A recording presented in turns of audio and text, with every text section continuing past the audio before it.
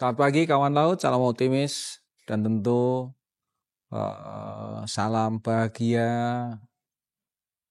salam selamat pagi, semangat pagi dimanapun kawan laut berada.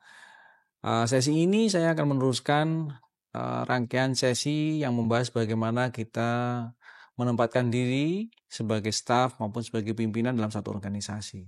Sesi sebelumnya kita sudah membahas karakter seseorang itu termasuk karakter kita sendiri maupun karakter orang lain yang kita bisa pelajari dari ciri-ciri karakter tersebut. Kita mengenal si kuat, si gesit, si rinci, bahkan ada juga yang namanya si damai.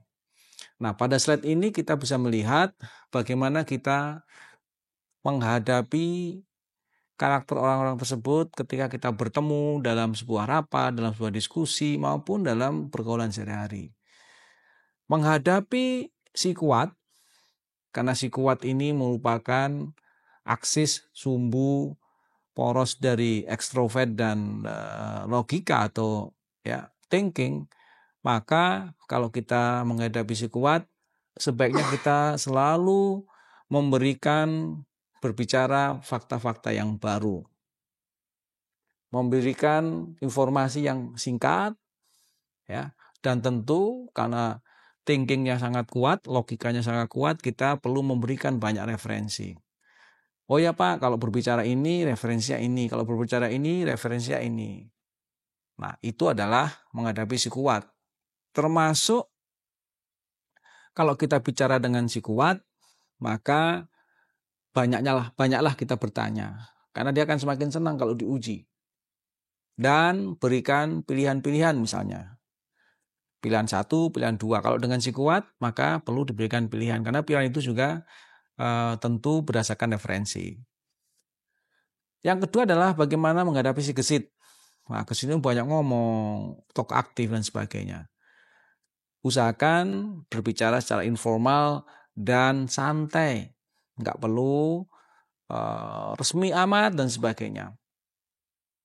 Karena dia senangannya bercerita, maka kalau kita bicara dengan dia yang singkat dan cepat saja. Kalau enggak, nanti kita nggak diberikan kesempatan bicara.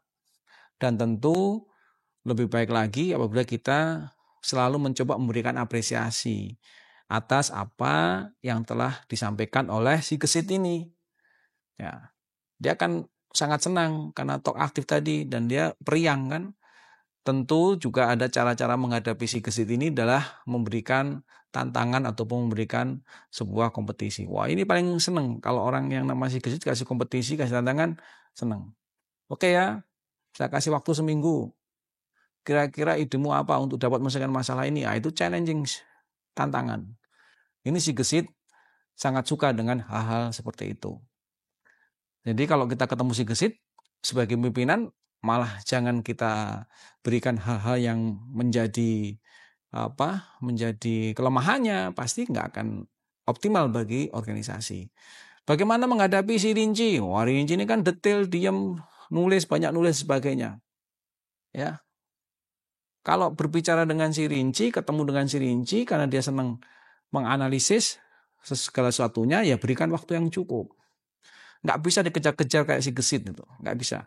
Hari ini selesai ya, nggak bisa seperti itu. Berikan waktu yang cukup. Kemudian bicara dengan si rinci harus bicara data yang akurat. Nggak bisa asal-asalan. Dan tentu ketika kita ketemu dengan si rinci juga kita harus menunjukkan sikap yang profesional. Sehingga tidak diremehkan, tidak direndahkan oleh si rinci ini. Karena si rinci ini orangnya detail, rapi dan sebagainya, kita juga mulai harus menata diri kalau ketemu dengan si rinci. Jangan asal-asalan, rambutnya acak-acakan dan sebagainya. Tapi kita berusaha untuk lebih rapi dan lebih detail. Untuk membangkitkan apa? Membangkitkan rasa confident kita dan si rinci ini merasa nyaman sehingga bisa diajak untuk komunikasi. Bagaimana menghadapi si damai? Nah, damai ini baperan. Jadi kalau kita ketemu dengan si damai, ya kita harus berbicara yang sedikit lemah, tidak teriak-teriak, menjaga perasaannya. Dengan baperan, karena dia selalu punya rasa takut melakukan sesuatu, maka kalau memberikan informasi itu informasi yang pasti. Jangan informasi yang belum tentu, nanti malah jadi nggak karu-karuan.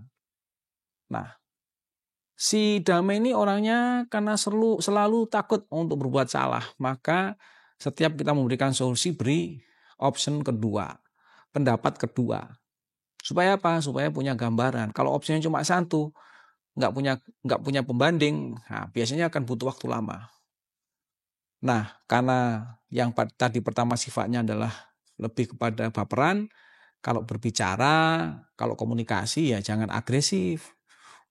Jangan nyecer pertanyaannya, tapi lebih banyak ya nyantai sedikit, agak lemah lembut bicaranya supaya intonasinya juga nggak tinggi-tinggi amat gitu loh, supaya si Damai ini mau menyampaikan pendapatnya.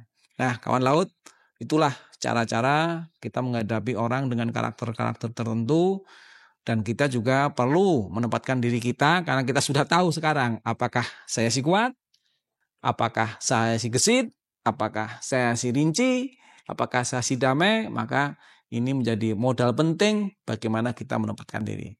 Terima kasih kawan laut, sehat selalu, selalu optimis, salam optimis dalam majalah Prajatama.